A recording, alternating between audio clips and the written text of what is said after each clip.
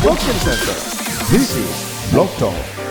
Selamat sore dan selamat datang di acara Block Talk Blockchain Impact in Indonesia. Saya Gita akan menjadi moderator untuk acara ini. Dalam kesempatan kali ini kita akan membahas lebih dalam implementasi dan dampak blockchain di Indonesia beserta Disruptive ICP Hub, BitTime, dan Indodax.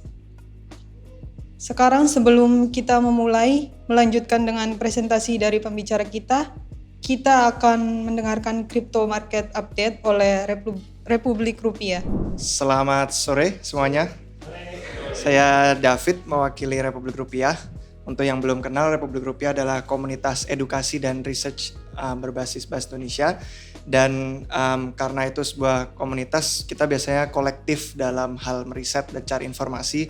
Jadi saya cuma salah satu representasinya aja yang semoga bisa mewakili market update yang emang teman-teman lagi pada riset. Jadi semoga art di sini bisa cukup menarik ya untuk sambil saya ngomongin market update belakangan. Karena yang jadi topik highlight tentu aja itu adalah Bitcoin, aset kripto dengan market cap terbesar yang karena ada banyaknya arus masuk inflow dari ETF itu terbantu untuk bisa nembus all time high sebelum halving itu terjadi, yang mana kalau kita lihat di siklus sebelumnya itu biasanya terjadi setelah halving itu terjadi. Tapi memang yang namanya gerakan pasar itu ada banyak faktor eksternal, jadi nggak ada textbook yang pasti sama persis untuk setiap siklus. Cuman yang menarik untuk diperhatikan adalah dengan art yang saya kasih ini, itu harapannya untuk ngasih tahu bahwa dengan supply Bitcoin yang luar biasa terbatas, dunia itu sedang berusaha untuk ngambil koin-koin itu sesuai dengan preferensi mereka masing-masing. Kalau dari sisi institusi, ya misalkan ETF itu sendiri artinya membuka kesempatan untuk para boomers yang kalau orang-orang bilang analis ETF di Bloomberg itu katanya 50% kekayaan boomers itu ada di tangan boomers, 50% kekayaan di AS itu jadi punya akses sekarang yang terbuka lewat ETF untuk mereka bisa investasi di aset Bitcoin.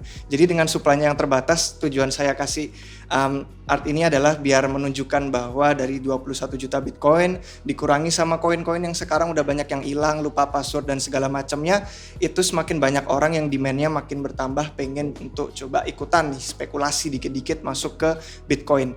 Waktu pertama ETF diluncurin memang hari-hari awalnya inflow-nya nggak sebanyak sekarang, tapi sekarang udah mulai lumayan signifikan dan itu udah lumayan kerasa di dampak pasarnya ya, karena kalau kita lihat di pasar Bitcoin yang luar biasa volatil, sekarang kalau kita lihat menjelang weekend itu biasanya malah jadi teredam volatilitasnya karena itu jam-jam di mana mereka udah nggak ada working hours lagi.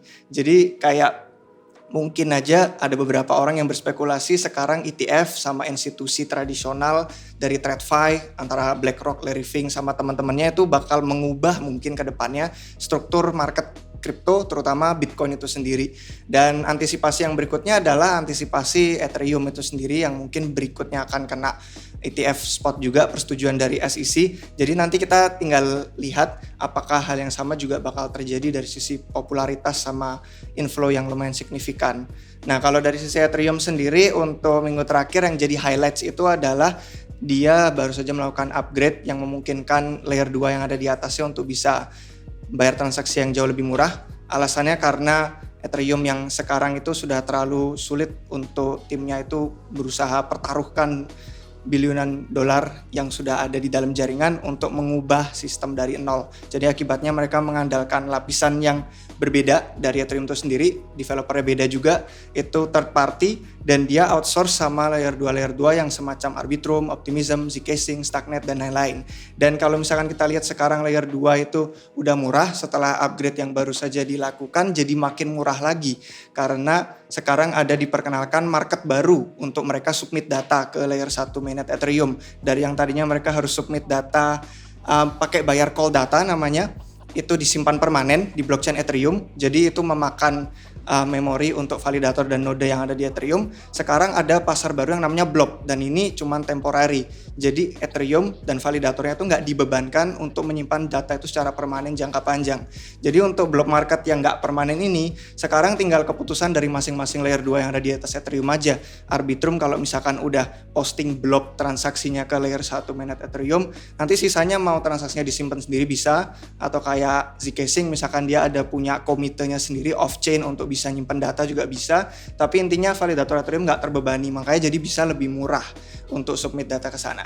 Jadi untuk market update yang di minggu ini memang yang paling highlights itu adalah 2 aset kripto terbesar kita yang dapat bener-bener sorotan dari media massa publik, karena yang satu tadi udah dijelasin tentang Bitcoin dan ETF, ada jalan masuk untuk TradFi akhirnya untuk bisa ikutan spekulasi sama kita retail yang tadinya aset ini mungkin dianggap tidak ada potensi atau dianggap kayak membosankan atau tidak ada fundamental atau nggak bisa dilihat di secara fisik, tapi akibatnya sekarang orang-orang yang berdasi yang sudah dari sejak di dunia TradFi itu yang akhirnya mempromosikan Bitcoin.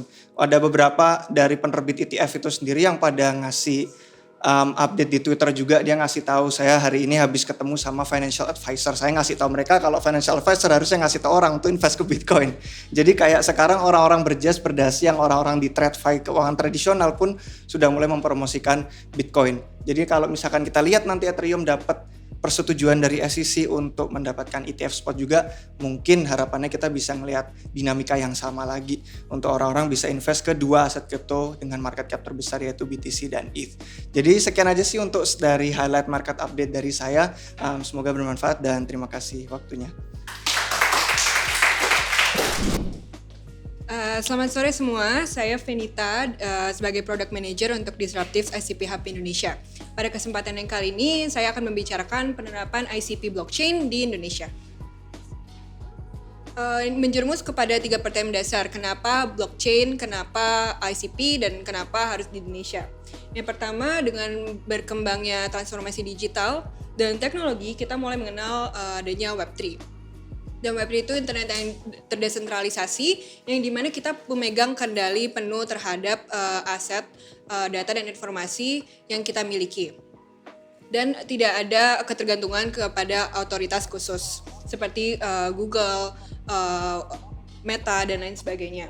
Kenapa keamanan yang tinggi dalam blockchain? Karena setiap data yang masuk dalam blockchain, mereka memiliki datanya dimasukin ke rangkaian-rangkaian blok yang tersusun secara kronologis dan menggunakan kriptografi. Maka ada sulitnya untuk diubah datanya dan dimanipulasi. Maka dari itu terbentuklah transparansi dan keterbukaan yang dimana di blockchain itu sendiri seperti buku besar yang terdesentralisasi yang pihak-pihak yang di dalamnya bisa melihat rekam jejak digital secara transparan. Dan maka dari itu blockchain lebih terdesentralisasi dan rekam jejak digital tidak berubah. Kenapa ICP Internet Computer Protocol? Yang pertama, Internet Computer Protocol itu adalah blockchain, salah satu blockchain layer 1 yang paling cepat, paling efisien, dan paling murah yang diluncurkan oleh Divinity Foundation pada Mei 2021. Dan kita mulai berkontribusi dengan banyak startup dan company-company besar lainnya, yang dimana ICP ini mulai mengurusi dari hal-hal yang skala yang kecil sampai yang skala besar, dari social networking sampai large enterprise system. Dan yang most importantly, we are 100% on chain. And we have unique features of the internet computer. Yang pertama, reverse gas model. Traditionally, end user harus memiliki wallet untuk menggunakan the apps. Namun sekarang di Internet Computer Protocol kita ingin menghapus expensive barrier itu. Maka dari itu di Internet Computer Protocol developer pay the gas fee dan end user hanya membuka browser untuk interact dengan smart canister. Transaksi yang murah dan stabil. We are the cheapest Internet Computer Protocol, yang dimana transaksi per transaksi yaitu di 0,0001 ICP per transaksi, dan ini way million cheaper than other blockchain. Dan yang ketiga, with a price of $5, price of you usually buy pizza, you can also storage your data in the IC ecosystem, yang dimana ini jutaan kali lebih murah daripada Ethereum. Di Ethereum kalian harus membayar $79 juta untuk 1 GB per tahun. Solana kalian harus membayar $110.000 1 GB per tahun. Tapi di ICP kalian hanya membayar $5 per gigabyte per tahun. So it's way more cheaper than the other blockchain.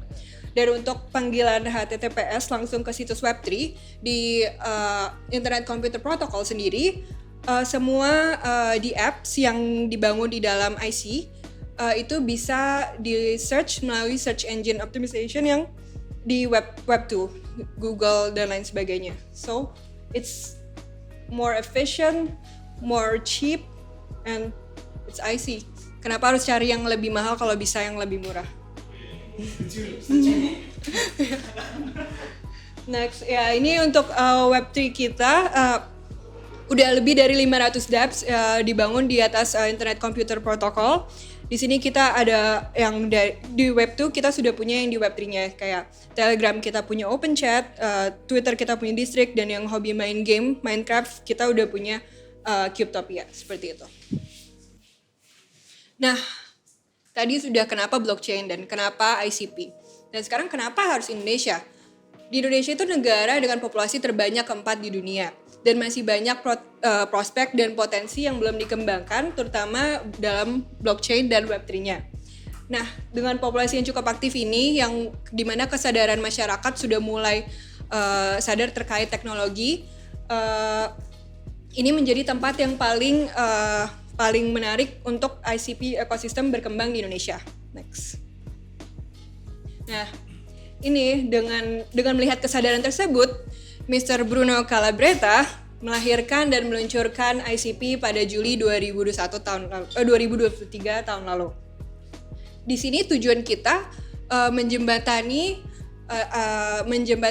inovasi idea menjadi inovasi dan potensi menjadi keberhasilan. Kita menawarkan banyak resources dan juga bimbingan serta akses untuk pendanaan seperti community grant dan developer grant. Karena itu lahirlah Disruptive ICP Hub Indonesia. Nah, kalau kita gabungkan salah satu tujuan penting yang kita ingin capai itu adalah edukasi. Di sini kita sudah melakukan banyak program. Seperti tahun lalu kita sudah berhasil melakukan program incubator program yang dimana awalnya kita punya dari 100 lebih applicants dan kita sudah berhasil menjalankan sampai 6 grants untuk 6 startup yang terpilih untuk incubator program kami. Namun yang sedang berjalan sekarang adalah Indonesia On Chain. Nah itu Indonesia On Chain itu apa? Kenapa penting buat Indonesia? Di Indonesia On Chain ini salah satu inisiatif program dari ICP Hub Indonesia sebagai gerakan nasional untuk mengedukasi para pelajar dan kaula muda untuk meningkatkan kesadaran dan edukasi terhadap Internet Computer Protocol, blockchain, entrepreneurship, dan lain sebagainya. Tanggal 29 November kita sudah membuat launch event pertama kita dan itu di Teater Keongmas Jakarta. Kita sudah berhasil menghadiri lebih dari 750 peserta para pelajar untuk datang pengenalan Indonesia On Chain ini. 29 November. Nah, kenapa Indonesia On Chain ini penting untuk Indonesia? Yang satu, mendukung visi digital Indonesia 2045. Kenapa 2045? Itu kan masih 20 tahun lagi. Karena 2045 itu adalah 100 tahunnya Indonesia merdeka. Dengan 100 tahun Indonesia merdeka, kita harus melihat apa sih perbedaan yang signifikan selama 100 tahun Indonesia ini telah merdeka. Yaitu salah satunya adalah perkembangan teknologi dan digital. Maka dari itu Indonesia On Chain ini berjalan seiring dengan visi digital Indonesia 2045. Yang dimana kita ingin menempatkan Indonesia sebagai pemimpin global di bidang teknologi dan inovasi. Nah, misinya itu apa sih? Dimana kita pendidikan pengenalan pemimpin muda masa depan di ekosistem ICP. Nanti saya akan menjelaskan lebih lanjut terkait platform yang akan kami bentuk untuk Indonesia On Chain. Dan selanjutnya adalah kolaborasi dengan pemerintah, institusi pendidikan, dan komunitas. Di sini kita ingin adanya dukungan dari pemerintah dan komunitas dan institusi pendidikan supaya semua visi dan misi ini bisa sejalan dengan secara lebih optimal. Kemarin rekan saya, Kak Karina dari BitTime, infokan kalau ada S2 blockchain ya di UPH. Dan itu membuat membuat kita ini yang semua ada di Web3 itu harus semangat dan senang banget karena mungkin kedepannya Web3 itu bisa masuk jadi mata kuliah, jadi jurusan dan untuk beberapa institusi pendidikan lainnya. Jadi menurut kami itu sangat pentingnya pendidikan pengenalan terkait blockchain di Indonesia seperti itu. Nah, jadi untuk pengenalan program Indonesia On-Chain, kami akan membuat platform. Nanti dari platform itu akan belajar terkait ICP Academy. Nanti setiap para pelajar yang ikut akan mengakses online courses untuk pembelajaran terkait blockchain, entrepreneurship, Web3, understanding ICP dan lain sebagainya. Semua aksesnya melalui internet identity. Jadi login aman dan kita dikategorikan sebagai institusi pusat dan organisasi untuk pengalaman yang disesuaikan seperti itu. Dan nanti mereka akan mendapatkan sertifikat NFT yang nantinya akan direct ke LinkedIn mereka. Jadi once mereka selesai dari program Indonesia On-Chain ini, mereka bisa langsung mencari peluang pekerjaan karena mereka sudah memiliki sertifikat NFT yang dari ICP itu sendiri. Okay, and that's all for Indonesia On-Chain and how ICP works in Indonesia.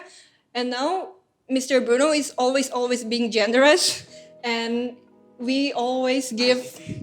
Yeah, ICP is being generous, so we always give free ICP airdrops every week.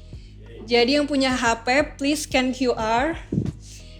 Please banget. Iya.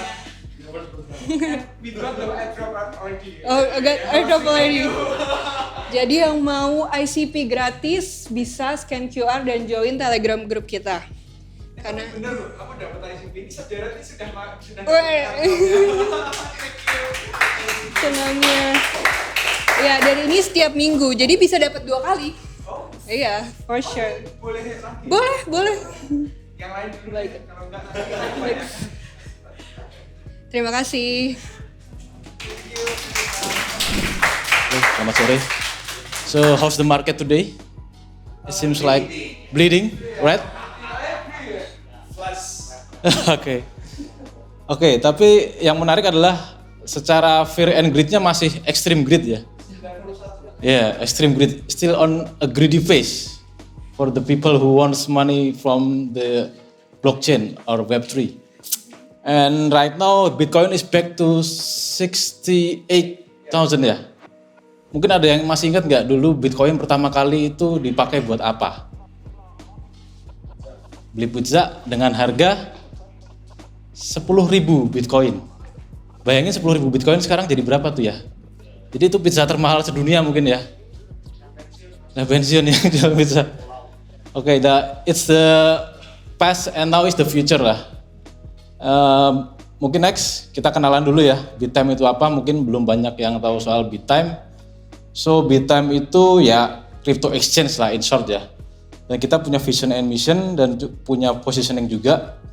Yang pertama itu kita pengen jadi aplikasi atau platform yang sangat user friendly, yang bisa mendisrupt berbagai financial investment service di Indonesia. Jadi aplikasi kita itu di-develop seringkas mungkin dengan KYC secepat mungkin. Jadi up to 2 sampai 5 minutes for KYC. Karena kita punya tim yang KYC yang sangat fokus di belakang layar.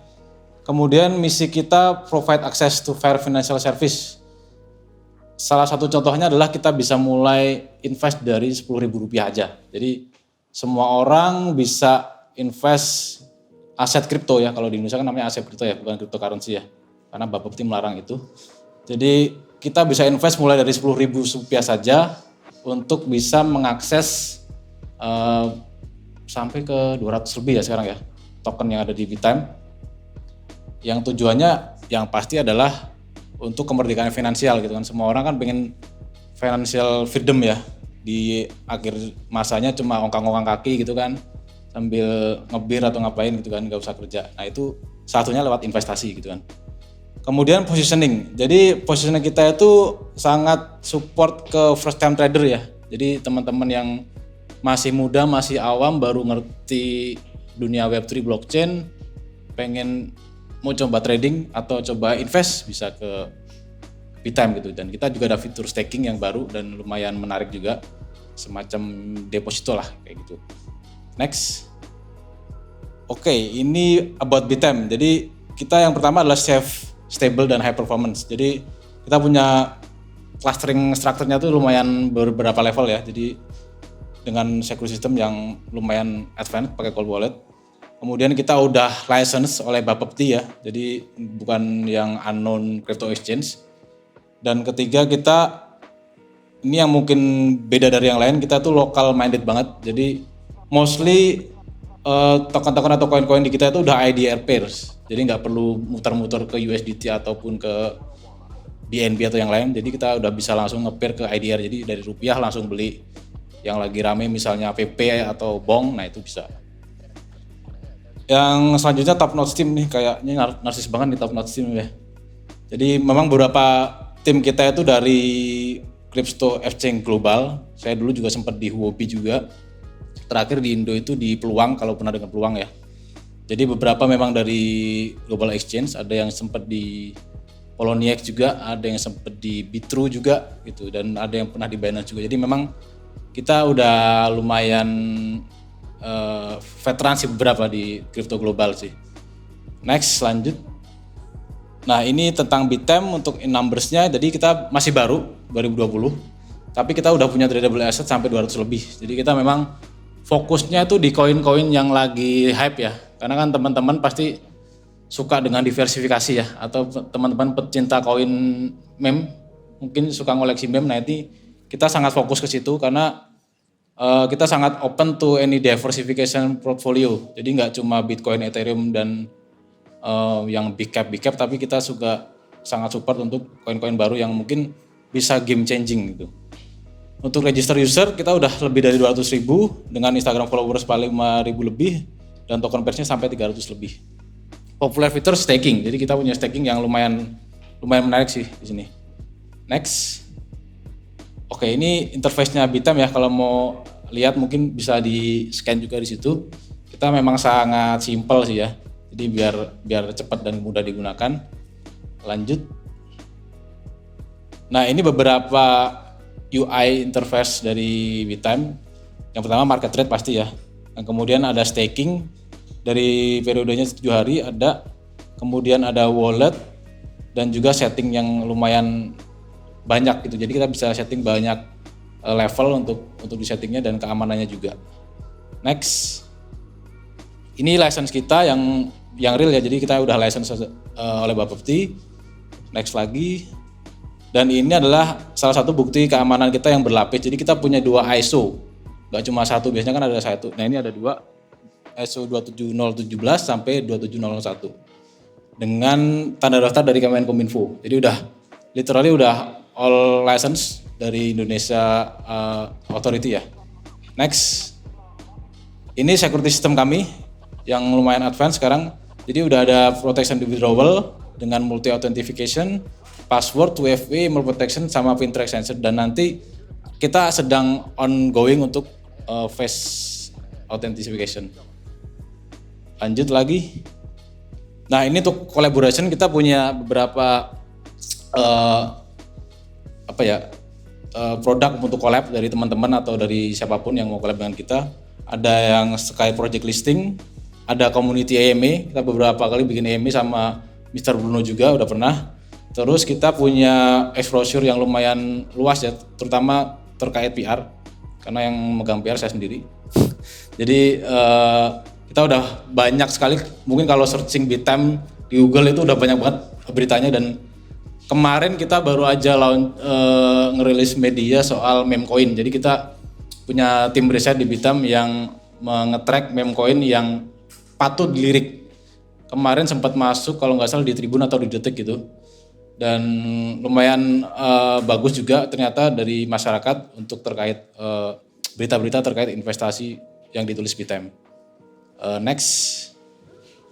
Nah ini ada beberapa update lagi soal benefitnya untuk kolaborasi dengan Bitime. Kita ada eksklusif EMA, ada marketing dan public exposure, sama community networking di Telegram dan sebagainya.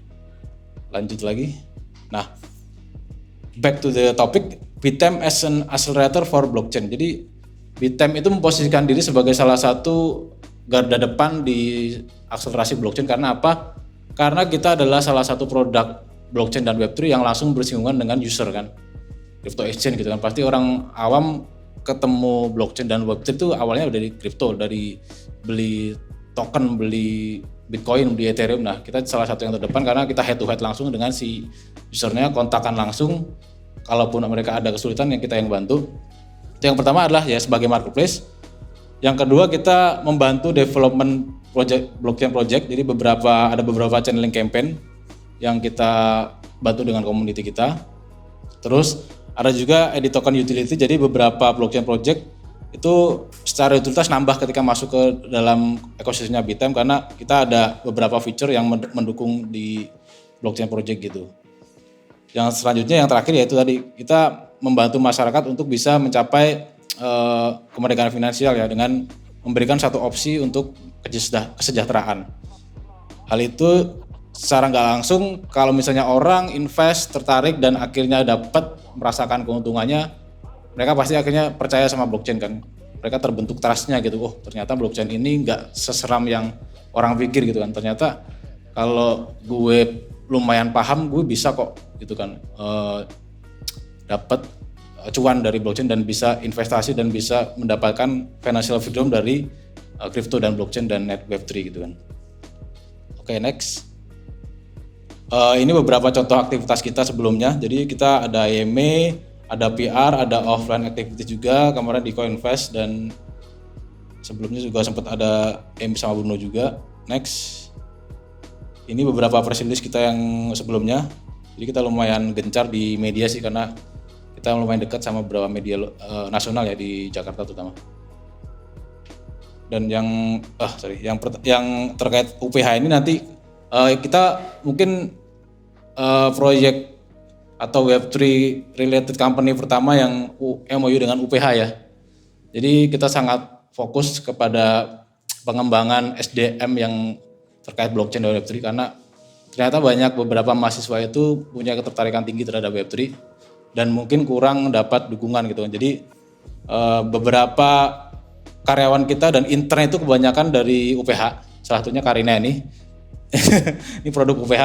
Sampai akhirnya kita MOU dengan UPH karena ya kita ingin mendukung SDM Indonesia sih karena memang developer blockchain itu ya sulit dan jarang gitu kan. Dan itu salah satu secara market karir itu sangat seksi karena gajinya gede kan gitu. Itu dan kemudian kita juga kemarin dapat penghargaan pajak. Ini awalnya sangat lucu ya karena baru pertama kali nih perusahaan crypto exchange dapat penghargaan pajak gitu dan salah satunya ternyata BITEM gitu kan dan kita dapat penghargaan pajak dari KPP Mampang di Jakarta karena kita jadi salah satu penyetor pajak yang terbesar di area itu. Jadi jangan salah teman-teman yang invest kripto atau bergelut di bidang Web3 dan blockchain itu kita punya sumbangsih ke negara yang lumayan besar ternyata dan mungkin banyak orang yang nggak tahu itu. Oke, next itu dari saya mungkin. Thank you semuanya. Have a good day. Apa kabar semuanya? Gimana holding Bitcoin-nya? Atau ada yang holding shitcoins? Ada yang bagger nggak dari last bull run? So terima kasih dari Disruptives dan juga Bali Blockchain Center buat ngasih kesempatan ini. Perkenalkan sebelumnya nama saya Andrew. Boleh next. Andrew Johannes, saya community lead di Indodax. Background saya sebenarnya nggak ada hubungannya sama blockchain, nggak ada hubungannya sama investasi. 2013 saya memulai karir itu sebagai drilling engineer karena background saya tuh petroleum engineer. 2013 sampai 2016 saya Fiat Maxi kebetulan waktu itu. 2016 saya dikenalin sama Bitcoin sama sepupu saya tadi, kita udah ngobrol-ngobrol juga sama terus habis itu waktu itu saya inget Bitcoin tuh masih di harga 963 USD per one Bitcoin. Waktu itu saya masih nganggap sebelah mata. Terus 2016 itu ada oil price crisis, saya kena layoff dari di perusahaan.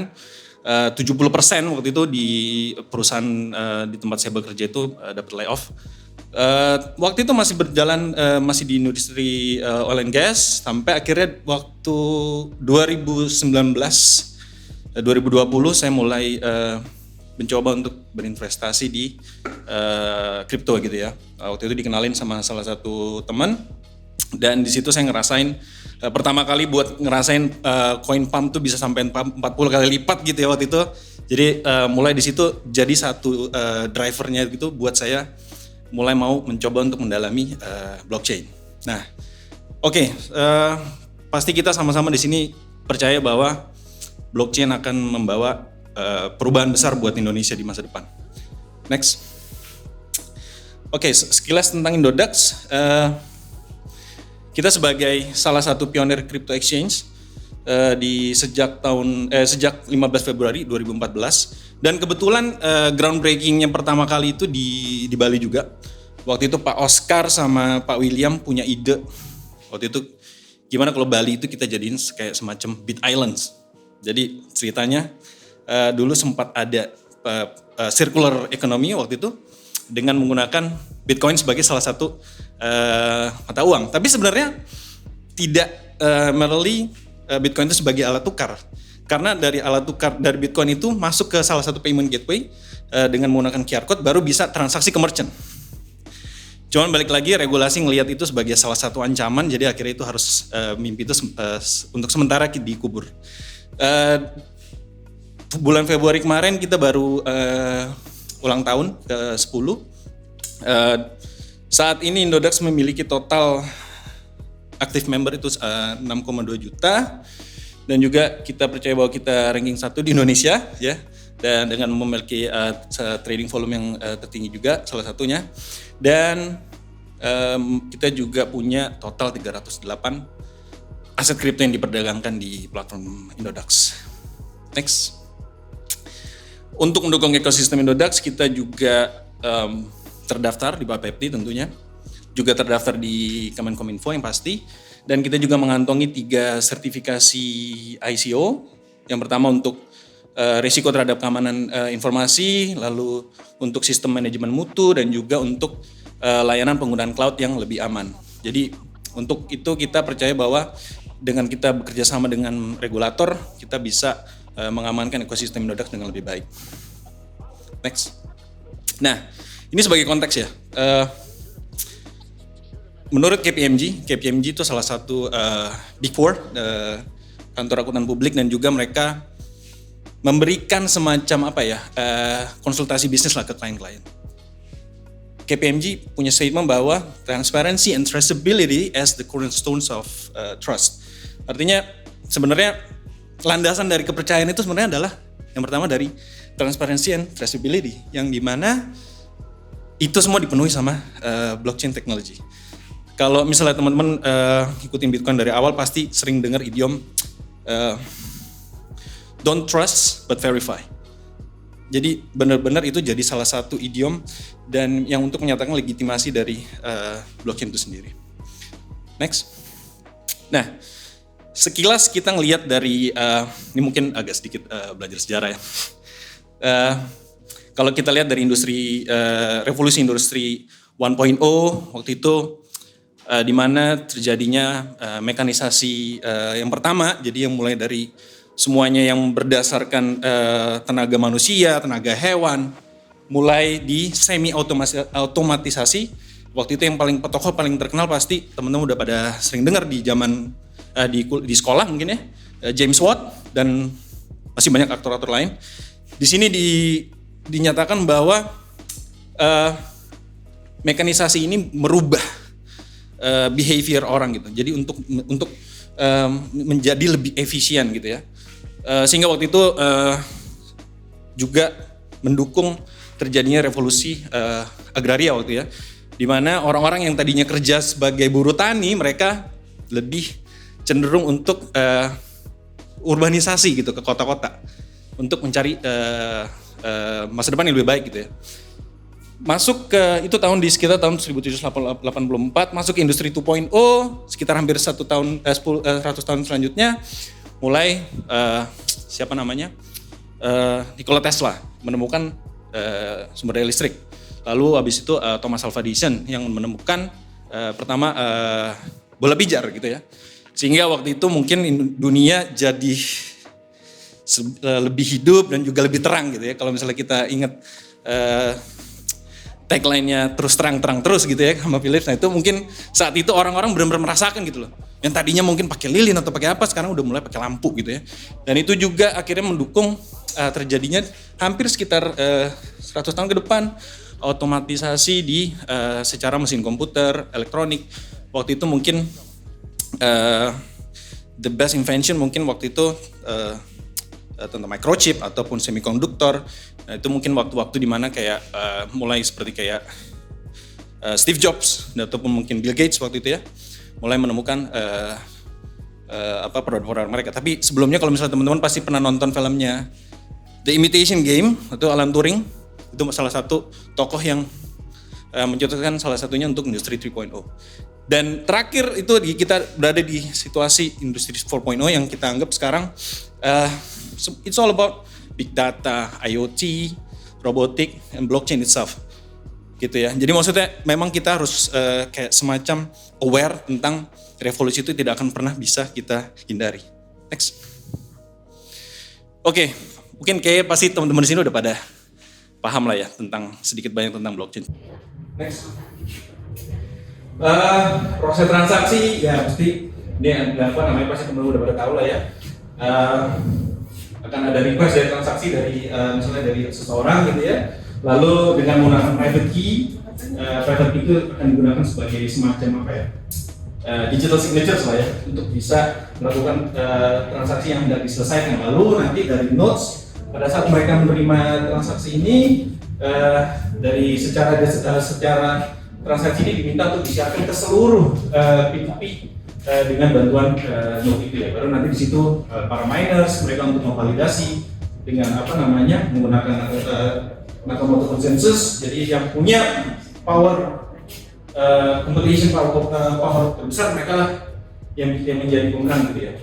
Lalu setelah semuanya approve, baru transaksi tersebut masuk ditambahkan di blok baru gitu ya. Dan seterusnya seperti itu.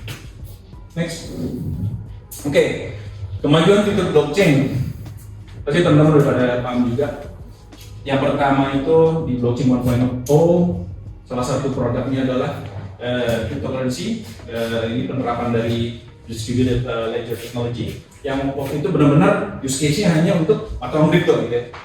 Lalu 2013 Ethereum menemukan salah satu smart contract produk barunya. Dan sebenarnya idenya ini juga udah ada sebelumnya, cuman baru dari Vitalik bikin live gitu ya untuk blockchain 2.0. Nah kalau ini mungkin salah satu cara saya buat ngambil analogi mungkin teman-teman buat lebih bisa coba untuk mencernakannya itu sebenarnya konsep seperti vending machine gitu ya. Kalau misalnya kita mau beli sesuatu di vending machine, kita misalnya mau beli, let's say mau beli minuman, tidak ada intermediary di situ, hanya kita dan juga si vending machine. Apabila kita tidak memberikan jumlah nominal yang sesuai, otomatis nggak akan keluar kan apa yang kita mau gitu. Sama konsepnya sebenarnya sama kontrak gitu loh. Apabila kondisinya tidak terpenuhi antara kedua belah pihak, kontrak itu akan tidak bisa tereksekusi. Nah, setelah itu kemajuan selanjutnya di blockchain 3.0, di mana yang selama ini kita juga selalu gunakan di apps, decentralized apps, dan ini salah satu dia memiliki kode contoh blockchain front end antarmuka yang kita bisa gunakan gitu ya, dan bisa dalam bahasa apapun yang dapat melakukan panggilan ke backend-nya secara seperti aplikasi tradisional. Kalau teman-teman pasti udah tahu tentang DeFi ataupun mungkin tentang play to earn, move to earn, atau mungkin yang terakhir saya pernah dengar ada sleep to earn gitu ya. Jadi kita tidur dibayar gitu ya. Nah, itu mungkin salah satu penerapan dari ETF itu sendiri. Next. Sejarah perkembangan blockchain 2009 teman-teman pasti pada tahu juga, awal mulanya digaungkan oleh Satoshi Nakamoto, lalu pengembangan blockchain itu dibuat dalam sebuah paper, white paper. Kalau nggak salah Indonesia dari Indonesia udah ada terjemahan bahasa Indonesia waktu itu diterjemahin sama Ko Dani Taniwan, itu tentang Bitcoin itu itself, peer-to-peer electronic cash system. Tapi back then, jadi sejak tahun 1991 itu, Stuart Haber dan juga Stuart Neta itu sudah punya ide tentang gimana sih caranya kita untuk timestamp the digital document gitu, untuk bisa mengatasi kayak semacam permasalahan dokumen-dokumen yang bisa di backdate gitu ya, bisa dimodifikasi tanggalnya gitu. Sehingga itulah muncul tentang ide blockchain itu sendiri. Next, implementasi blockchain yang jelas remittance services.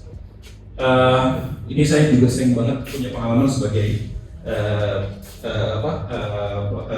di remittance services. Jadi sesimpel saya punya teman gitu ya, dia kerja di Indonesia, lalu dia mau kirim uang, dia dari Dubai, dia mau kirim uang ke keluarganya. Cuman permasalahan dengan remittance yang ada dengan sistem konvensional sangat sulit gitu ya. Dan he doesn't know anything at all about crypto transactions gitu. Jadi akhirnya ya saya cuma bilang, udah kamu kasih aja ke saya jamin dalam hitungan waktu kurang dari setengah jam di sana udah bisa terima gitu. Dan dia sangat amazed, dan itu salah satu aplikasi yang menurut saya sangat diperlukan gitu ya untuk implementasi blockchain. Dan selanjutnya mungkin e-voting. Ada satu anak kecil mungkin umur 14 tahun gitu ya. Dia punya ide untuk melaksanakan voting presiden menggunakan NFT. Nah, itu nanti kita bahas lagi di belakang nanti. Jadi terus habis itu ownership certificate, ini penting banget. Kita bisa aplikasikan NFT di sini. Charity, digital money of course, kolaboratif ekonomi. Pasti teman-teman di sini udah yakin dan pernah ngalamin gimana caranya dan gimana ngerasain dapat airdrop. Habis itu airdropnya tiba-tiba nge-pump ya kan, out of nothing ya kan. Terus habis itu digital identity, ini penting banget juga. DAO, terus DeFi dan juga social media. Banyak banget aplikasi ataupun implementasi blockchain yang bisa kita pikirkan untuk masa depan gitu ya. Next. Di berbagai industri, keuangan jelas, transaksi mata uang digital, asuransi, surat berharga, kesehatan juga penting untuk menjaga keamanan data pasien. Terus mempermudah juga proses klaim asuransi, jejak verifikasi obat gitu ya. Pemerintahan, voting, terus materai yang digital mungkin itu menjadi salah satu ide yang penting juga, melihat Indonesia ini banyak banget kasus juga terkait tanah-tanah sengketa gitu ya, yang mereka mungkin merasa sertifikat tanahnya ada yang diduplikasi dan segala macam gitu ya. Kalau kita bayangkan kalau itu semua on chain gitu ya, pasti banyak permasalahan yang bisa kita solve. Society and environment jelas, dan art and entertainment. Di situ ada NFT, ada tokenized IP, crowdfunding ya. Next. Nah, mungkin kalau misalnya kemarin dari Venita juga sempat bilang, Kak ini kayaknya bahasannya tentang blockchain impact gitu ya.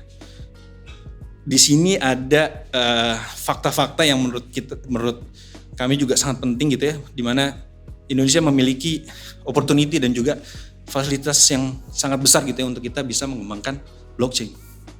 Yang pertama, tadi sempat udah dibahas juga sama Venita, dengan lonjakan bonus demografi di tahun 2045 ya. Pasti kalau teman-teman udah sering dengar juga tentang generasi Indonesia emas dan segala macam, di mana menurut BPS itu 69%, 70% penduduk Indonesia berada di rentang produktif, usia produktif 15 sampai 64 tahun.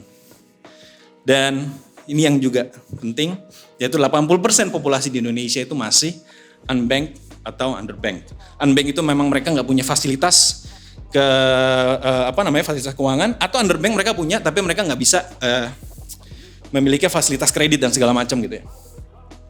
Dan yang terakhir, yang selanjutnya ini sifat masyarakat Indonesia yang cenderung FOMO. Pasti kalau misalnya kita ngelihat di influencer beli shilling project ataupun di Telegram ada yang shilling project, kita langsung cepet-cepet pingin beli dan ternyata udah beli di pucuk gitu ya. Nah, ini juga bisa jadi salah satu opportunity, tapi di samping itu kita juga selalu concern juga untuk gimana cara kita mengedukasi FOMO yang benar itu seperti apa. Kalau saya dulu karena udah tahu FOMO itu kadang-kadang ujungnya rak, jadi saya lebih prefer untuk JOMO, jadi joy of missing out gitu loh, nggak fear of missing out gitu, jadi udah nggak apa-apa ketinggalan gitu ya. Lalu selanjutnya pola perilaku masyarakat yang dinamis, yang cenderung mengikuti perkembangan teknologi jelas. Dan yang paling penting juga adalah adanya regulasi yang matang gitu ya. Dan artinya Bapepti, OJK, dan mungkin seluruh aparatur lainnya sudah mulai melihat bahwa blockchain itu memiliki potensi gitu ya. Sehingga perlu dibangunlah regulasi untuk bisa mengamankan ekosistem ini. Next. Dampak nyatanya jelas meningkatkan efisiensi dan transparansi. Sudah ada beberapa platform yang juga menggunakan teknologi blockchain. Meningkatkan keamanan jelas karena semuanya on-chain dan kita bisa ngelihat dari Genesis Block. Membuka peluang baru itu penting banget. Karena apa? Karena kayak salah satu dekakorn di Indonesia itu kalau nggak salah eVisory, mereka juga udah menggunakan smart contract untuk menggunakan untuk memfasilitasi bisnis mereka juga. Terus juga smart contract ini juga dapat membantu membuka di berbagai sektor, salah satu fintech, e-commerce dan juga supply chain ya. Dan juga meningkatkan kepercayaan publik karena jelas transparansi, traceability. Dan juga tentang isu Bank Indonesia yang ingin mengembangkan central bank digital currency atau CBDC. Harapannya kita sebagai pelaku di industri blockchain dan juga CBDC ini kita bisa lebih resiprokal gitu ya, saling mendukung, saling berjalan bersama, bukan melihat salah satunya sebagai threat gitu ya, sebagai ancaman. Lalu yang pasti yang selanjutnya adalah menyediakan akses keuangan yang lebih inklusif gitu. Implementasi di Indonesia saat ini di IKN, siapa yang setuju di sini ibu kota pindah ke IKN gitu ya. Jadi di sini blockchain juga dimanfaatkan dari berita kita coba sadur untuk berbagai aspek kepekotaan, mulai dari administrasi publik hingga pengelolaan sumber daya kota. Selanjutnya mungkin next dari Pemprov Jabar, mungkin teman-teman ada yang susah ngurusin KTP mungkin ya karena datanya yang kurang semrawut gitu ya. Jadi Pemprov Jabar ini menjadi provinsi yang pertama gitu ya, yang serius menerapkan teknologi blockchain dalam sektor pelayanan publik gitu. Next. Kementerian ATR dan ATR BPN Agraria dan Tata Ruang ya, dan Badan Pertanahan Nasional. Di sini penting banget karena blockchain diharap dapat memudahkan aksesibilitas data dan juga dokumen-dokumen pertanahan. Oke, mungkin sebagai closing statement, menurut saya digital currency itu cuman jadi salah satu ataupun salah satu produk dari blockchain dan masih banyak produk-produk lain gitu ya. Jadi mungkin kalau saya bisa gambarkan blockchain ini sebagai kanvas di mana masih terbuka lebar gitu ya untuk kita untuk bisa menemukan sesuatu gitu ya yang kita bisa build on top of blockchain. Dan juga ini yang terakhir juga pergelaran Indodax Short Film Festival. Di sini kita menggunakan NFT untuk voting gitu ya, siapa yang menjadi pemenang dari film tersebut. Kurang lebih itu, jadi kita percaya bahwa Indodax akan membawa perubahan dan ya, terima kasih.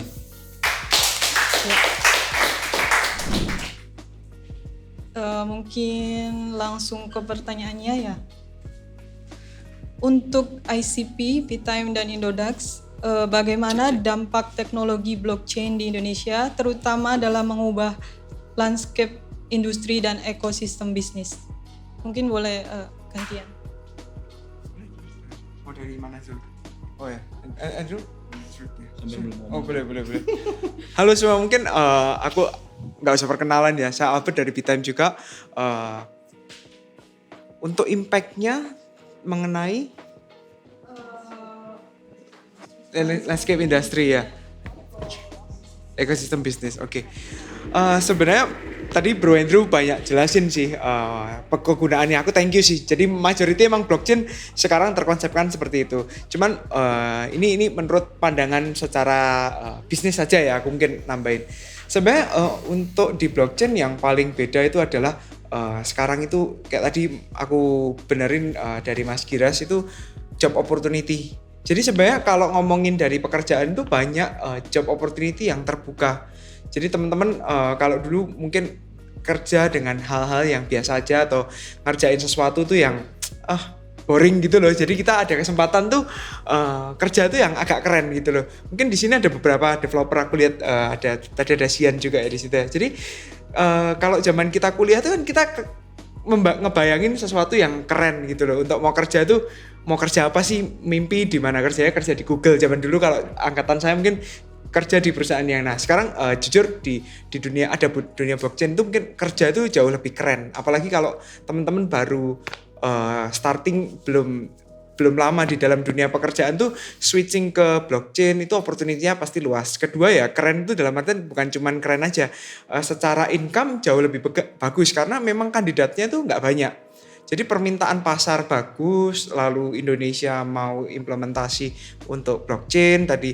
Bro Andrew juga jelasin sudah ada beberapa step-step ya, mungkin kalau mau dikulik lebih lanjut lebih banyak, sampai di medical aja juga sudah melirik gitu loh. Kalau kita ngomongin di Bali kan pariwisata nih belum terlalu mungkin NFT paling kuat ya, tapi di luar itu mungkin bakal tercipta hal-hal yang baru dan kembali lagi opportunity-nya tuh kita fair gitu. Kalau ngomongin kerja di blockchain itu kenapa mungkin dibayar lebih bagus, mungkin karena kita juga kerjanya kan ini kan global ya, dan kita tuh masih ada kesempatan tuh equal. Jadi kalau misalkan dulu kalau kita ngomongin kerjaan zaman dulu kita sama mungkin boleh beda harga ya, ada yang kalau orang Indonesia kerja di kapal nih, contoh kerja di kapal kalau keturunan Filipina Indonesia gaji misalkan $800, tapi kalau kamu wetman atau yang lain mungkin gajinya bisa 1.600 sampai 3.300 US dollar. Itu kan sesuatu yang nggak fair di dalam dunia kerja. Ternyata di dalam blockchain tuh kita nggak melihat, aku mungkin ada teman-teman yang melihat kalau kita sebagai developer Indonesia itu apakah cost-nya lebih rendah atau itu di value-nya tuh mungkin enggak gitu loh. Tapi kenapa kok hiring orang Indonesia lebih murah? Karena biasanya offering some opportunity orang Indonesia angkanya udah bagus, jadi cepet-cepetan nggak mau negosiasi lagi. Ini yang jadi menarik di dalam sektor industrinya. Padahal sebenarnya kalau kita ngomong dengan jumlah populasi yang ada, terus kita ngelirik untuk kerja di bidang industri blockchain ya, itu sebenarnya Indonesia tuh target market. Jadi kalian tuh bisa explore juga kerja. Mungkin kalau yang ngerti community bisa kerja di token-token yang ada atau blockchain atau jadi ambassador di suatu project, itu sebenarnya bayarannya juga bagus gitu loh di compare dengan ada yang di Indonesia. Walaupun kalau kita ngomong di secara dunia ya mungkin Indonesia lebih murah ya, belum tentu juga. Atau ini karena kita mungkin bergennya kita melihat harganya udah oke buat diri kita, terus kita ambil, jadi kita nggak ada negosiasi di dalam pengambilan kesempatan untuk lebih bagus harganya. Itu mungkin aku paling highlight sih untuk di sekarang ya, terutama 3 tahun terakhir sih aku lihat semua dari exchange. Kalau di Indonesia kenapa exchange tuh karena regulasi itu masih di exchange, belum di layer 1, belum di project dan lain-lain. Jadi kita dari exchange tuh kita bisa lihat demand untuk kita hiring itu besar. Jadi untuk teman-teman mau belajar di blockchain ya pasti otomatis membuka pandangan. Kalau misalkan dulu kalau saya lihat ya teman-teman kerja di dunia tech aku dari startup gitu ya, kerja di startup tuh enak karena semua orang pengen kerja di startup, tapi kan kompetisinya jadi tinggi. Tapi kalau orang ngomong kerja di Web3 kan belum ada gitu loh, nggak banyak zaman dulu.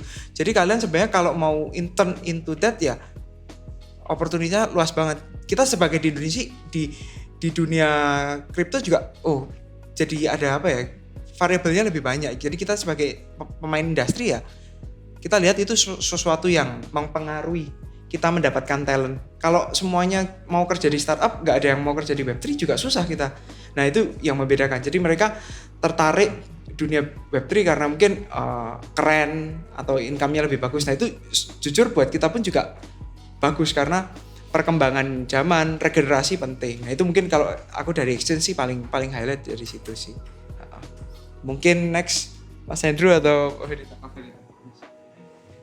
Untuk ekosistem bisnis blockchain menurut aku ada 3 highlight yang penting. Yang pertama supply chain management, terus juga identitas digital, dan juga yang terakhir tuh bisa untuk aspek pendidikan. Di blockchain sendiri memang udah bisa bermanfaat untuk banyak aspek ya. Cuman kalau untuk supply chain management yang dalam blockchain ini udah diterapkan di beberapa industri kayak pertanian, logistik, terus manufaktur. Ini tuh sangat bagus banget untuk Indonesia karena kita bisa melacak, bisa track keaslian produk, asal-usul produknya juga. Terus juga di supply chain management ini kita bisa lihat produk yang ini tuh dari awal sampai akhir tuh kemana bisa track sistemnya. Dan untuk di blockchain juga untuk identitas digital tuh sangat penting banget karena kalau di Indonesia kita melihat untuk masuk create account aja kita harus verifikasi KTP. Dan untuk identitas digital ini dengan adanya blockchain yang dimana data pribadi itu kita sendiri yang pegang kendali penuh. Nah kita itu penting banget dengan identitas digital ini bisa meminimalisir pemalsuan data pribadi dan juga pencurian data pribadi. Dan ini kalau di internet komputer kita ada namanya internet identity yang dimana ini fully on chain dan ini semua dibangun di dalam IC ecosystem jadi sangat-sangat aman. Dan untuk membuat create internet identity itu kita cuman butuh data itu cuma dalam bentuk numbers aja, jadi nggak ada verifikasi KTP dan lain sebagainya, jadi jauh lebih aman seperti itu. Kalau untuk pendidikan, kalau yang aku lihat sekarang itu di pendidikan kita banyak banget ijazah yang palsu. Jadi kita tuh nggak bisa track ini itu yang benar yang mana karena meskipun dari institusinya butuh legalisir dan sebagainya macamnya, tetap aja kita bisa menemukan identitas yang palsu. Dengan adanya blockchain yang semuanya decentralized system ini, kita bisa meminimalisir hal tersebut juga. Seperti itu sih kalau dari aku emang yang paling menarik untuk blockchain yang bisa diterapkan di Indonesia, terutama untuk ekosistem bisnis, yaitu supply chain management, digital identity, dan juga untuk aspek pendidikannya seperti itu. Itu sih kalau dari aku. Oke. Kalau dari saya sih mungkin tadi pertama mau nanggepin statementmu Mas tentang kita sebagai orang Indonesia mungkin dipandang sebagai apa namanya dengan low cost labor gitu ya. Tapi sebenarnya enggak gitu karena ini pengalaman pribadi. Kebetulan saya punya teman dia smart contract developer di salah satu DeFi di Arbitrum waktu itu. Sampai sekarang sih ya, maksudnya dia backgroundnya itu kalau nggak salah akuntan gitu ya, terus habis itu dia otodidak, belajar JavaScript, belajar React dan segala macam. Akhirnya dia belajar ambil kelas di Udemy waktu itu, Solidity. Terus habis itu dia belajar kurang lebih sekitar setahun, dia nge-apply di salah satu DeFi gitu ya, dan sampai sekarang itu dia smart contract developer, gajinya itu 10.000 per bulan gitu ya. Artinya justru ini agak unik gitu ya. Jadi karena dia minder, dia nggak aiming gaji yang tinggi, tapi malah sama foundernya itu dinaikin gajinya gitu loh. Jadi dia awalnya tuh nggak salah sekitar 4.000 segala macam, udah kita naikin ke 10.000 gitu ya. Itu sampai sekarang gitu ya. Dan artinya karena memang talent poolnya itu masih terbatas, jadi memang opportunity-nya sangat besar gitu ya untuk kita berkarir di industri Web3. Dan selanjutnya mungkin angle-nya itu karena saya dari community, coba kalian bayangin kalau misalnya kalian ngelihat di CoinMarketCap gitu ya, berapa banyak project gitu ya, berapa banyak tokens. Walaupun ada yang shitcoins, ada yang mid cap, low cap gitu ya. Tapi artinya itu banyak gitu loh. Artinya kalau misalnya dari angle community, strateginya Web3 itu kan mereka community marketing gitu ya, grassroots gitu ya, mereka karena apa? Karena ini sangat penting, fundamental dari token itu sendiri adalah untuk ngedrive behavior gitu loh. Walaupun mungkin tokennya itu nggak ada nilainya di awal gitu ya, tapi karena ada self-fulfilling prophecy dari founder, dari diehardernya, ataupun mungkin dari early adapternya, sehingga itu bikin satu circular economy. Akhirnya itu yang ya udah, akhirnya punya value tuh tokennya di market dan segala macam. Akhirnya itu jadi punya upper value gitu ya. Nah artinya segitu banyak opportunity di luar gitu ya. Dan name it lah, community manager, community moderator, apapun, dan itu semua sifatnya remote. Dan saya juga punya temen, dia kerja sebagai community mods dan juga community moderator dan community manager itu di beberapa project secara bersamaan. Kenapa? Simple, base-nya Telegram, base-nya Discord, dan semuanya anonymous gitu. Jadi nggak ada blockers buat dia untuk wah nanti saya kalau misalnya dicek di LinkedIn ketahuan sama ini, nggak peduli. Yang penting kerjaannya oke gitu loh. Jadi nggak ada conflict of interest gitu loh buat kerja dari satu project ataupun dengan beberapa project bersamaan, asal kita bisa bagi waktu. Mungkin kita ambil yang time zone-nya beda gitu ya sama the other projects gitu. Jadi itu opportunity-nya sih kalau misalnya dari saya sih, karena dan ini mungkin salah satu contoh yang mungkin lagi-lagi mungkin dari pengalaman pribadi, mungkin kedepannya ya, tapi ya kalau saya percaya sih everything will be tokenized in time gitu ya. Jadi salah satu brand besar, gitu, nggak apa-apa sebut merek, Ultramilk gitu ya, mereka udah open tentang the ideas of Web3 gitu ya. Mereka mengadopsi teknologi melalui yang pertama NFT as a customer loyalty lah ya. Jadi strateginya sekarang itu lebih ke community marketing, mereka build community-nya, lalu habis itu mereka bikin NFT-nya, NFT collection, first collection, second collections, dan yang paling targetnya jelas, targetnya pasti Gen Z jelas. Dan yang paling penting adalah ini ada real case benefitnya gitu loh. Jadi dari holdersnya itu mereka bisa dapat per bulan. Jadi NFT-nya free mint, NFT-nya free minting. Yang terakhir itu sekitar 1.100 total NFTs. Semua orang yang si holdersnya itu yang punya hold NFT first collection sama second collection, mereka dapat benefitnya setiap bulan dapat susu gratis gitu ya, Ultramilk, terus habis itu dapat merchandise, dapat akses eksklusif buat ketemu idolanya dan segala macam gitu.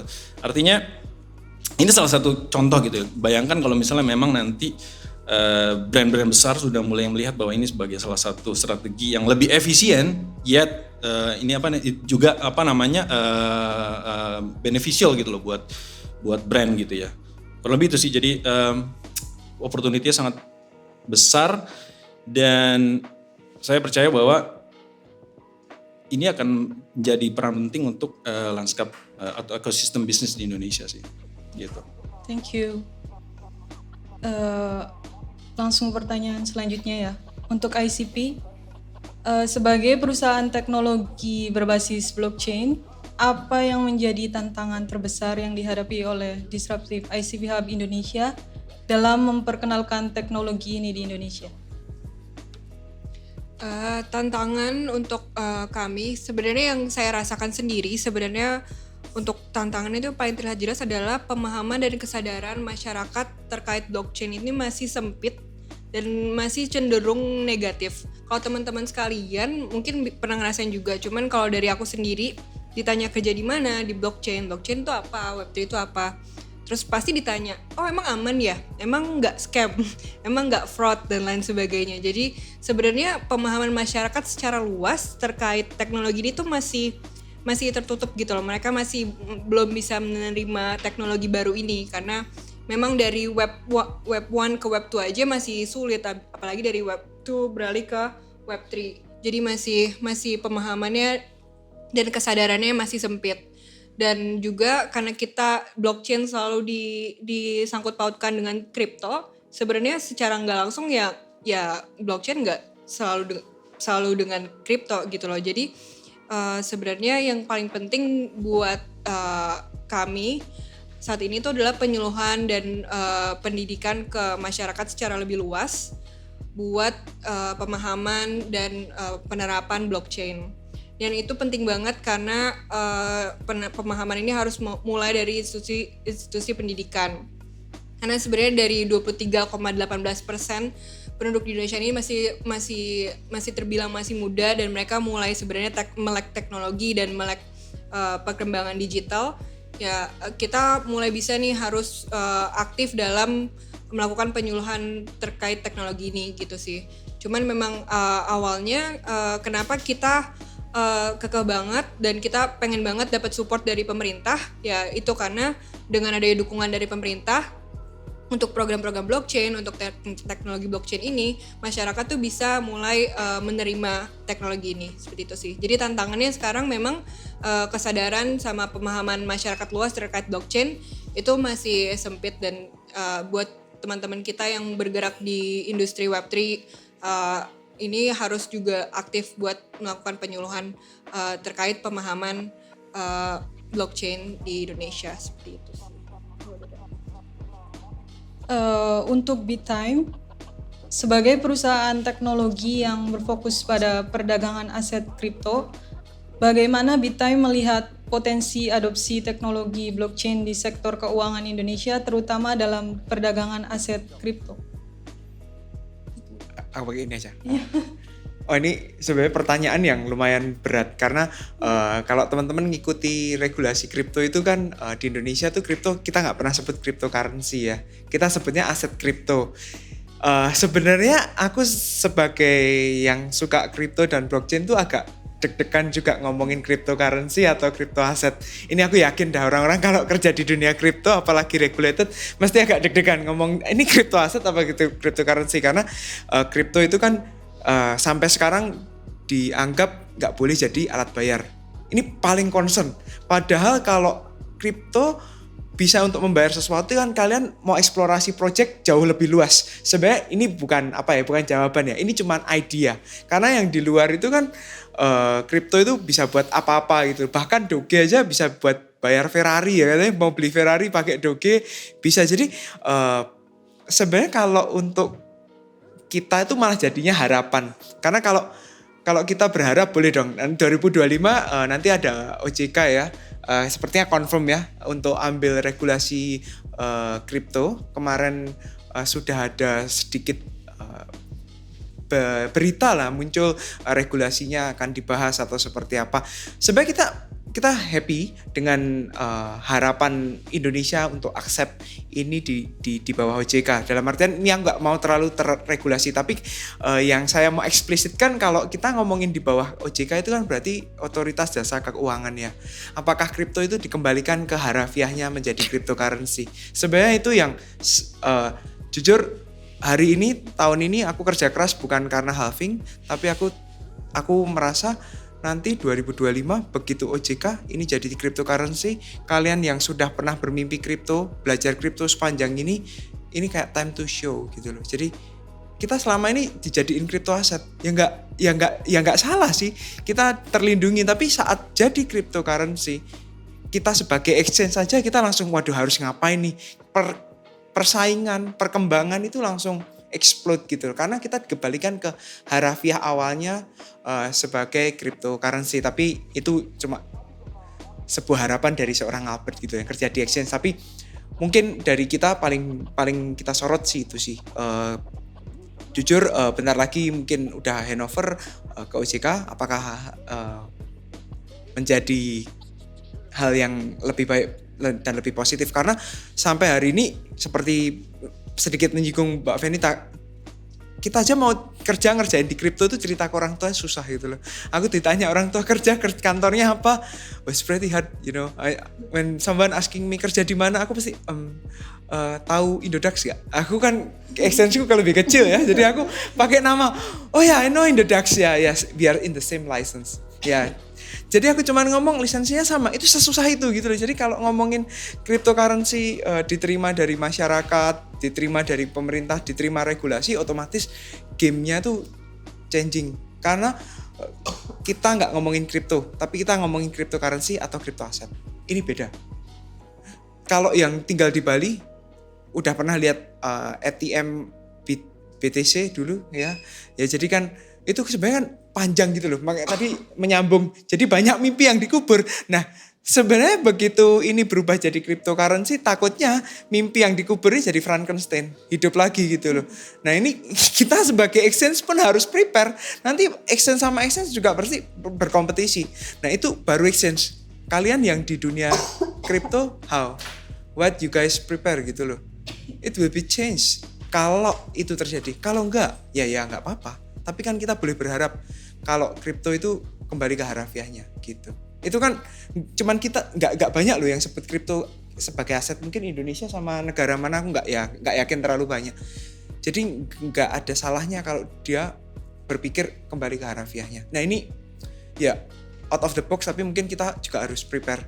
Kalau 2025 ternyata kripto dibalikin ke cryptocurrency, kita mau ngapain? Nah itu mungkin jadi yang kita jadi exchange kita bingung juga. Wih, jadi cryptocurrency ini harus ngapain kan bingung. Ya jadi kan tiba-tiba gitu kita cek ide-ide lama yang kita bisa beringat. Termasuk kalian yang di menjalani sehari-hari. Begitu cryptocurrency, bener ya? Apakah aku harus kayak gini terus kan? Enggak gitu loh. Walaupun di Bali kita ngomong cryptocurrency, that's fine. Nggak ada terlalu sensitif. Tapi kalau kita di Jakarta mungkin agak beda. Ini crypto aset lebih aman gitu. Ya mungkin saya dari exchange seperti itu. Yeah. Untuk Indodax, bagaimana Indodax berperan dalam mengedukasi masyarakat Indonesia tentang potensi dan risiko yang terkait dengan investasi kripto? Iya. Edukasi ya berarti ya. Ya tadi udah sempat disinggung sama Feni Nita juga. Kalau bicara mungkin gini. Bicara edukasi itu mungkin kalau saya pribadi itu dari kita sendiri ya pertama kali ya. Karena apa? Karena kita punya harapan yang pertama, terus juga kita punya ambisi dan kita punya passion gitu. Kalau bicara pribadi, sehingga itu yang ngedrive kita untuk bisa menjadi kayak semacam evangelisnya kali ya, atau kita advokasi kan ibaratnya kan gitu loh. Kayak semacam kalau Bitcoin Maxi gitu ya. Apalagi kalau misalnya teman-teman udah pada dengar, mungkin ada yang dengar dengan toxic maximalis gitu ya. Dia benar-benar nggak bicara any kind of coins other than Bitcoin gitu. Artinya sebegitu diehardernya gitu ya. Kalau dari saya pribadi itu sangat challenging karena apa? Karena ini pengalaman pribadi lagi ya. Di bull run sebelumnya itu banyak banget kasus penipuan. Yang pertama itu banyak banget kasus penipuan yang mengatasnamakan kripto. Jadi banyak banget kan, pasti teman-teman pada pernah ngalamin lah, ataupun kerabat ataupun siapa gitu, entah itu robot trading ataupun entah itu binomo dan segala macam gitu ya. Jadi artinya pada saat menjelang bull run itu tuh momen seperti ini tuh sangat mudah untuk ditunggangi sama scammers lah gitu ya. Ada teman saya yang kehilangan mungkin ada sampai 5M gitu ya, kalau misalnya teman-teman udah pernah dengar Fahrenheit atau Net 89 apa segala macam yang robot-robot trading gitu ya. Dari yang kecil sampai yang besar itu sama gitu. Narasinya apa? Narasinya itu kalau di tahun lalu, nggak tahu di bulan sekarang ya. Narasinya itu di kripto kita bisa cepat kaya gitu. Kan nggak semuanya gitu loh. Maksudnya walaupun memang ada beberapa orang yang mengalami gitu ya, multiplikasi nilai aset yang bisa puluhan kali lipat. Tapi itu kan juga ada effort gitu ya, ada research. That's why ada istilah DOR ya kan, do your own research gitu ya. Karena hal-hal seperti ini sangat penting, bukan karena kita dengar satu informasi gitu ya, terus habis itu kita jump in, terus kita langsung dapat cuan gitu kan. Artinya edukasi yang kayak gini tuh penting kalau misalnya kita bisa ngasih tahu gitu ya, kalau misalnya kripto itu bukan buat instant money gitu loh, dan lu bisa cepet kaya gitu. Mudah-mudahan narasi ini nggak dibawa lagi di next bull run, tapi kita sebagai pelaku ataupun kita sebagai investor mungkin kita tuh punya tanggung jawab gitu ya, besar gitu untuk bisa ngasih tahu ke kerabat gitu ya, ngasih tahu ke teman-teman dan segala macam, karena itu udah, ini persis banget kejadian kayak ini udah mulai ada beberapa orang yang kalau misalnya mungkin di beberapa bulan sebelum bull run, lo kerja di mana? Indodax. Oh itu Indodax apa? Kripto. Oh masih di kripto gitu. Lo masih di situ gitu. Emang gue pikir itu cuma side gig doang dan segala macam gitu kan. Jadi agak sedikit dipandang sebelah mata. Nah sekarang mulai masuk bull run atau kemarin ATH tuh orang-orang udah pada nanyain, gue beli di berapa ya? Ada alpha nggak nih? Koin ini bagus nggak ya? Gitu. Kemarin kita ya jadi semudah itu loh. Perubahan terjadi karena adanya berita-berita ataupun opportunity yang ditawarkan di kripto gitu. Jadi tugas kita tuh benar-benar kita harus ngasih tahu gitu. Penyuluhan itu datang dari diri kita sendiri ke orang-orang terdekat dulu gitu ya. Itu yang pertama. Terus yang kedua itu mungkin kalau dari Indodax pribadi kita punya program, kalau misalnya teman-teman udah ada yang join mungkin ya, kita ada Indodax Academy gitu, kita juga ada online class, online trading, online class ataupun offline gitu ya, bareng sama komunitas Indodax, belajar mungkin tentang fundamental analysis, terus technical analysis gitu ya, terus kita dari komunitas juga sering meet up, kita juga partnering dengan beberapa komunitas-komunitas kripto di Jakarta dan juga di daerah-daerah lain. Selanjutnya mungkin di tahun 2024, jadi ini inisiatif dari kebetulan CEO kami Pak Oscar Darmawan, kita lebih fokus juga untuk ke mahasiswa targetingnya, untuk kita mengadakan salah satu program itu namanya Indodax Goes to Campus. Jadi di situ kita bekerja sama dengan kampus-kampus di seluruh Indonesia. Kita berangkat dari Jabodetabek dulu, lalu juga nanti aiming juga kita bisa mungkin masuk di kampus-kampus di Bali gitu ya, di Jogja dan segala macam, dan juga kita partnering dengan beberapa partner komunitas juga gitu. Simple, isinya cuman pengenalan tentang blockchain, fundamentalnya gitu ya, produk-produknya itu nggak cuman aset kripto, masih banyak aset-aset lain, dan implementasi blockchain gitu ya di kehidupan kita sehari-hari ataupun di industri sekarang itu seperti apa, dan opportunity-nya seperti apa gitu ya, supaya apa harapannya seperti tadi Indonesia ataupun masyarakat Indonesia punya kecenderungan FOMO gitu ya. Pada saat mereka FOMO, at least mereka tahu gitu loh secara fundamental gitu, nggak cuma asal masuk koin terus habis itu tiba-tiba rakpul ya kan. Artinya mereka tahu gimana cara menganalisa project ini legit ya kan. Backersnya siapa nih, dia ada visi backersnya nggak, terus tokenomicsnya seperti apa, apakah mostly dipegang sama developer ataupun apa segala macam, community-nya sesolid apa sih gitu ya. Terus habis itu macam-macam gitu loh, hal-hal yang seperti itu. Dan juga nggak cuman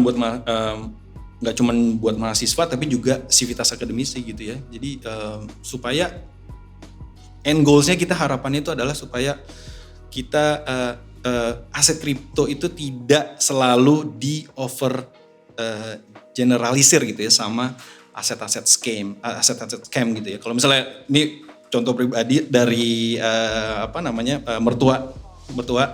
Jadi kalau misalnya ditanya kerja di mana gitu yang di kripto tuh kan bukannya buat ini ya, alat pencucian uang ya, terus atau apa segala macam. Ini dapat info dari mana? Iya nih dapat info dari teman, dapat info dari ini apa segala macam kayak gitu-gitu loh. Itu ya kan, jadi tanggung jawab kita pribadi itu di situ gitu. Kalau misalnya memang nanti harapannya ini kita utopia kali ya jatuhnya ya, bisa jadi jadi cryptocurrency gitu ya. Jadi at least kita udah punya bekal gitu ya, kita udah tahu ekosistemnya di kripto itu seluas apa gitu ya, dan juga implementasinya industri blockchain itu seperti apa. Jadi kita udah punya head start gitu ya. Kita udah jump start duluan gitu buat mereka-mereka yang baru tap in gitu. Jadi itu sih kalau untuk dari segi edukasi. Yeah, thank you for sharing with us. It was very informative panel.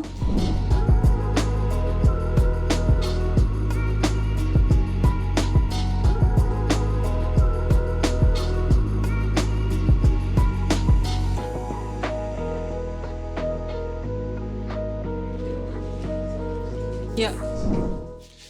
Guys, thank you so much for being here today. Thank you to Indodax, to BitTime, thank you to Bali Blockchain Center, Baliola, Was great to have you. I understand Alpha for what you did, but I'm very happy that I had Benita that can always bring more value in what we are doing. Our goal is always to empower more local communities. At the end, as a major layer 1 blockchain, our goal is not to come out and dictate our strategy, but is to collaborate together. So in this way, together we can thrive, together we can do a lot of things together. The future is ours. Indonesia is on the map to become one of the biggest global tech leader in the world. So let's work together to make sure that this is going to become the newest reality, because we believe in it, you guys believe in it. So let's make great things together. Said that, enjoy the networking that is coming after this, and looking forward for the next one. Thank you. Thank you.